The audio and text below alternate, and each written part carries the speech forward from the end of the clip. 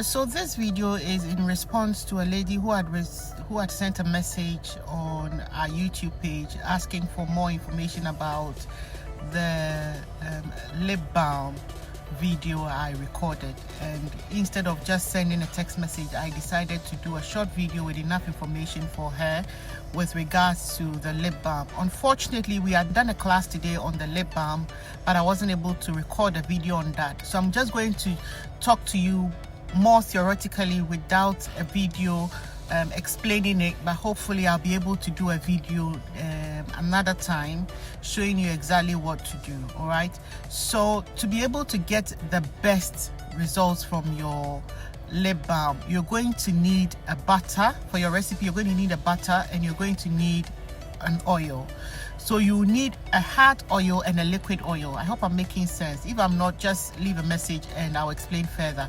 So I'm in here talking about a butter. You're going to need either a coconut oil, you need a shea butter, or you need cocoa butter. So you can have almond butter, mango butter, but there should be a butter component in your recipe. And you should also have a liquid component oil in your recipe.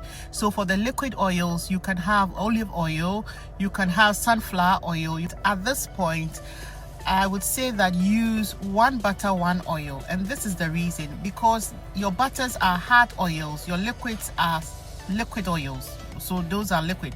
When you put the two together, it gives you a better consistency. So you're not going to have a very hard lip balm.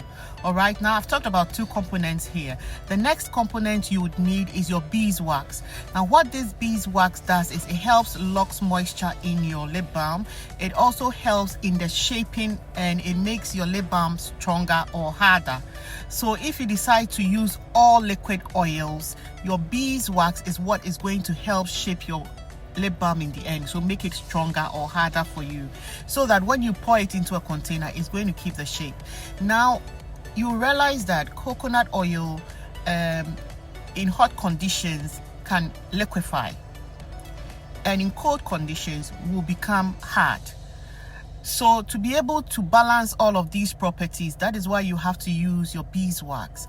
So your beeswax will keep your lip balm at the same texture, consistency, and help it retain its shape under any weather condition, whether in your hot condition or cold weather condition. So I've talked about three things. I've talked about your butters, I've talked about your oils, and I've talked about your beeswax.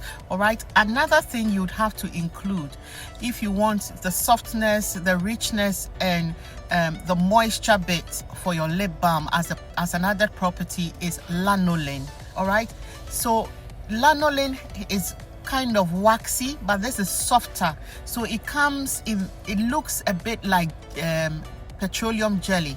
I'm going to do a video and show you all of these things. So you also need lanolin in there. So I've talked about four things now. I've talked about butters, oils, I've talked about beeswax, and I've just mentioned lanolin. So these ingredients, when you put it together and do your lip balm, it gives you a beautiful effect. So talking about how your hand butter crystallized, I don't know how it did. When you melt shea butter beyond its melting point, it gets crystallized when it cools down. So that's what I'm beginning to think. You probably might have melted your butter beyond the melting point for your butter. I would advise that to be able to control the melting point of your oils and your butter, just use a double boiler. All right, so a double boiler is, if you don't have the proper double boiler container, just get some saucepan, put water in it, and then put it on your burner.